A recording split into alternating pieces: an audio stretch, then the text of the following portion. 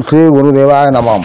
आज्ञा हे मोर प्रिय समस्त सुधीवृंद को कोटि कोटि प्रणाम।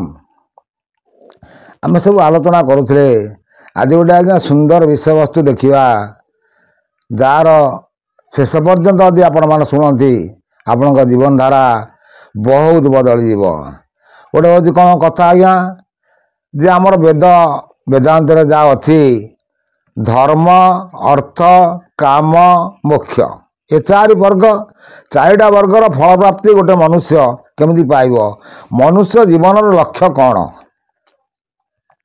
प्रथम प्रश्न जे मनुष्य जन्म होती पशुपक्षी भी वन अच्छा ना आज्ञा पशु मैंने कौन कर खाइले पीले जीवन बिताइले काम लगिले लास्ट सरीगला जीवन काल जहा मनुष्य कौन सेमती किंतु मनुष्य जीवन लक्ष्य कौन अच्छी जे आपण मानक मु प्रथम कहली कौन धर्म अर्थ काम मोक्ष चारिटा वर्गर फल सबू साधु सन्त मैंने कहते बहुत ज्ञान बहुत तर्जमा करा किंतु मु मो जीवन भीतर बहुत तर्जमा कर सारा देखिली जदि धर्म अर्थ काम मोक्ष ये चारि वर्ग गोटे मनुष्य जीवन पाई दरकार ताल से कौट केमी आसो जदि ये चारोटी है ये तार जीवनटा हूँ गोटे कौन नदी सदृश नदी जमी प्रवाहित हो मनुष्यर जीवन धारा सेमती प्रवाहित होती जदि गोटे जीवन धारा प्रवाहित है तार कूल किए ना गोटे कूल है धर्म तापर अर्थ तापर आसुची काम तापर मोक्ष है आ गोटे कूल कौन कथा बुझिपारे आज्ञा चारिटा वर्ग चारिटा फलार दीटा कूल गोटे है धर्म गोटे है मोक्ष दीटा कूल मझे स्रोत भाई जीवन प्रवाहित होती किए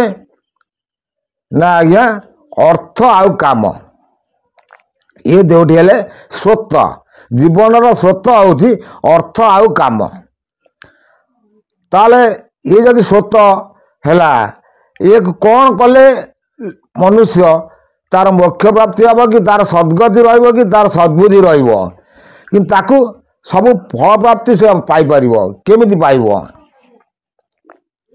कथा हूँ कौन आज्ञा जे प्रथम है धर्म आपण धर्म कलापर अर्थ रोजगार कर अर्थ तो मनुष्य समस्त दरकार निश्चित ना ना अर्थ ना कौन करेंगे किसी करें तेणु अर्थ हूँ मूल अर्थ व्यर्थर मूल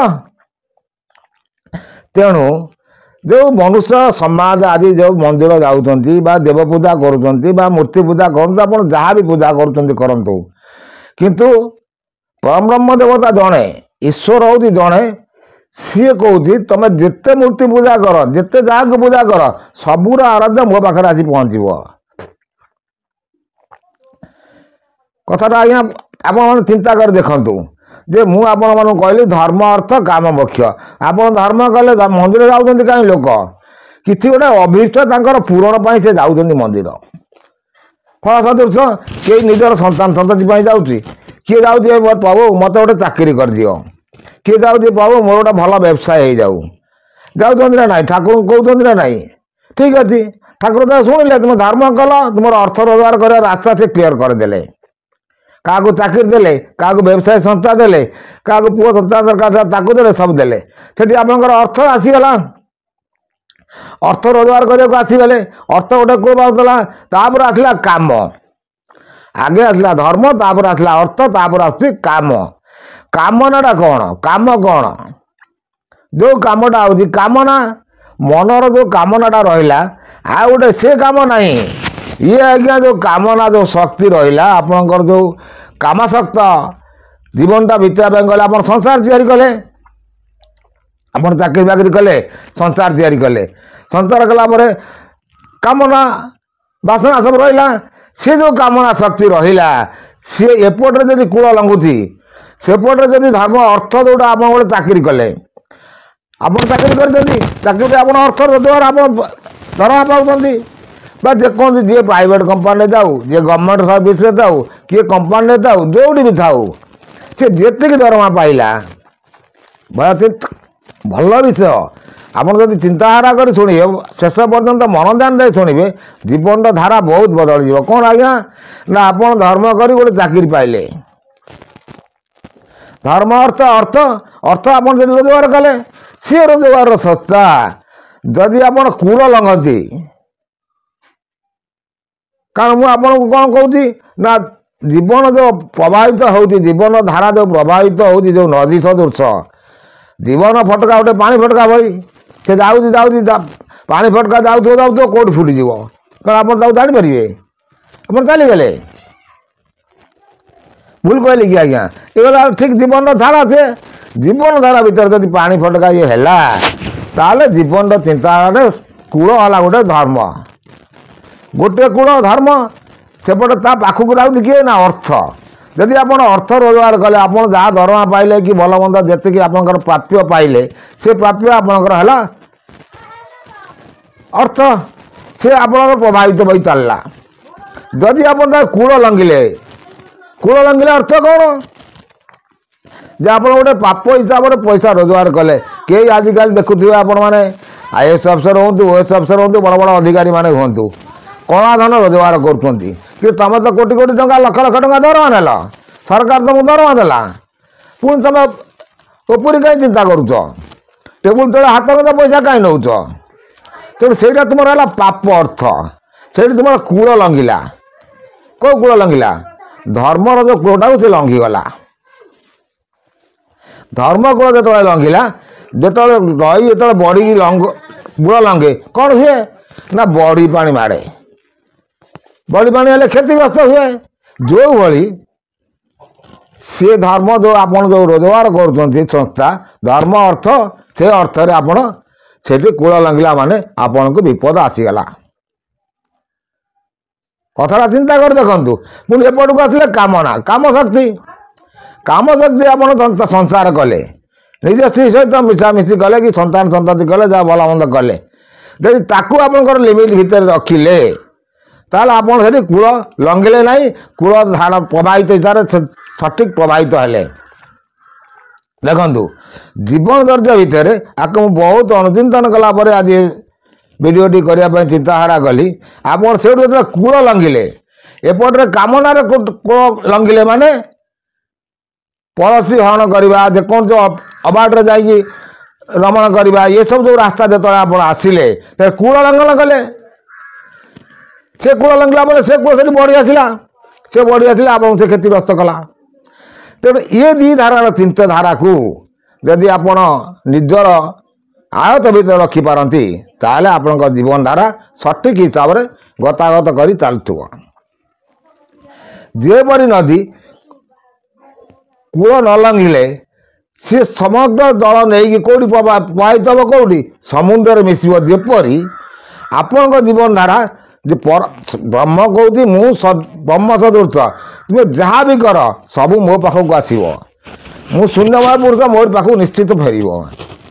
ତେଣୁ ଆପଣମାନେ ଯାଇ ତା ପାଖକୁ ଫେରି ପାରିବେ। ଇଏ ହେଉଛି ଆଜ୍ଞା ବ୍ରହ୍ମତ୍ୱ ପ୍ରାପ୍ତିର ଗୋଟେ ମାର୍ଗ। ଖାଲି କହିଲେ ହେବ ନାହିଁ ଆଜ୍ଞା। ମୁଁ ଆପଣଙ୍କୁ କହିଲି କଥାଟା, କିନ୍ତୁ ବହୁତ ଚିନ୍ତା କଲା ପରେ ଯାଇ କହିଲି ଏ କଥା। ଜୀବନ ଧାରା ଶୈଳୀ ବଦଳିବା ପାଇଁ ହେଲେ ଇଏ ଯେଉଁ ଧାରା ଧର୍ମ ଅର୍ଥ କାମ ମୋକ୍ଷ ଚତୁର୍ବର୍ଗ ଫଳର ପ୍ରାପ୍ତିର ମାର୍ଗ। ଗୋଟିଏ ହେଲା ଧର୍ମ କୂଳ, ସ୍ରୋତ ହେଲା କିଏ ଆପଣଙ୍କର ଅର୍ଥ, ଆଉ ଗୋଟେ ହେଲା ମୋକ୍ଷ ହେଲା କୂଳ, ସ୍ରୋତ ହେଲା କିଏ ନା କାମ। ଅର୍ଥ ଆଉ କାମ ଏ ଦୁଇଟାକୁ ଯଦି ଆପଣ କଣ୍ଟ୍ରୋଲ କରି ରଖିପାଇଲେ, ଆପଣଙ୍କ ଆୟତ ଭିତରେ ରଖିପାଇଲେ, ତାହେଲେ ଆପଣଙ୍କର ଜୀବନ ଧାରା ସୁଚାରୁ ରୂପେ ଗଢ଼ି ଚାଲିଯିବ।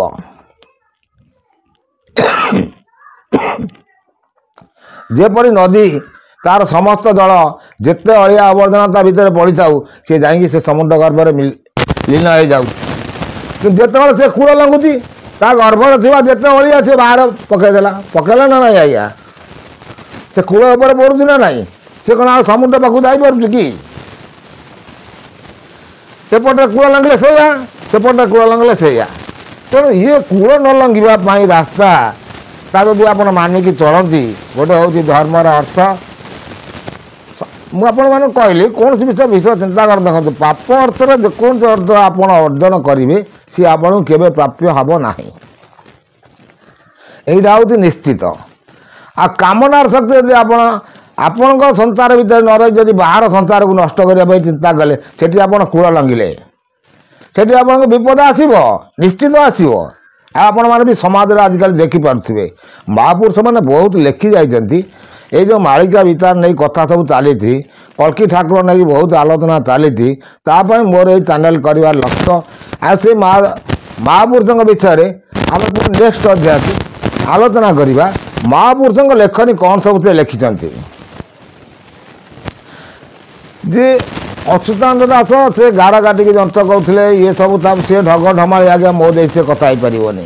ମୁଁ ଯାହା କହିବି ଷ୍ଟ୍ରେଟ୍ ଟୁ ଷ୍ଟ୍ରେଟ୍ କହିବି, କଥା କହିବି। ତାଙ୍କ ଚିନ୍ତାଧାରା କ'ଣ ଥିଲା, ତାଙ୍କର ବିଚାର ଶକ୍ତି କ'ଣ ଥିଲା, ସେ ସମାଜକୁ ଦିଗ୍ଦର୍ଶନ କ'ଣ ଦେଇଗଲେ। ଦେଖନ୍ତୁ ଯାହା ଦିଗ୍ଦର୍ଶନ ସେ କରିଗଲେ ଆମେ କ'ଣ ସେଇ ରାସ୍ତାରେ ଚଳୁଛୁ କି? ପୁଣି ମୁଁ ଆପଣଙ୍କୁ ନେକ୍ସଟ ଅଧ୍ୟାୟରେ ସେ କ'ଣ ଦିଗ୍ଦର୍ଶନ ଦେଲେ ମୁଁ ଚାହୁଁନାହିଁ ସର୍ଟକଟ୍ ଭିଡ଼ିଓରେ ଆପଣମାନଙ୍କୁ ଜ୍ଞାନ କହିବି। ଯଦି ଆପଣମାନଙ୍କୁ ଭଲ ଲାଗୁଥାଏ ତାହେଲେ ମୋର ଏଇ ଚ୍ୟାନେଲକୁ ଯେଉଁମାନେ ନୂଆ ହେଇକି ଆସୁଥିବେ ମୋର ଏଇ ସ୍ୱୟଂ କଳ୍କିନାରାୟଣ ଜ୍ଞାନବାଣୀ ଚ୍ୟାନେଲରେ ଆପଣମାନେ ସବସ୍କ୍ରାଇବ୍ କରି ଲାଇକ୍ ସେୟାର କଲେ ବହୁତ ଉପକୃତ ହେବ। କାରଣ ଆପଣ ତ ସେ ଯାହା ଶୁଣିଲେ ଆପଣ ସାଥୀମାନଙ୍କୁ ଦେଲେ ସେମାନେ ବି କିଛି ଜ୍ଞାନ ଅର୍ଜନ କରିପାରିବେ। ଆପଣ ଶୁଣିଲେ ଯେ ଧର୍ମ ଅର୍ଥ କାମ ମୋକ୍ଷ ଚାରି ବର୍ଗ ଗୋଟେ ଜୀବନର ସ୍ରୋତ, ସେ ସ୍ରୋତ ଭିତରେ ସେ ଗତି କରୁଛି। ଗୋଟିଏ ହେଉଛି ଧର୍ମ କୂଳ ଲଙ୍ଘିବନି ନା ଆପଣଙ୍କର ମୋକ୍ଷରେ କୂଳ ଲଙ୍ଘିବନି। କିଏ କୂଳ ଲଙ୍ଘିବନି ନା ଗୋଟେ ହେଉଛି ଅର୍ଥ କୂଳ ଲଙ୍ଘିବନି ନା କାମନା କୂଳ ଲଙ୍ଘିବନି। ହଁ କଥାଟା ବୁଝିପାରିଲେ ଆଜ୍ଞା।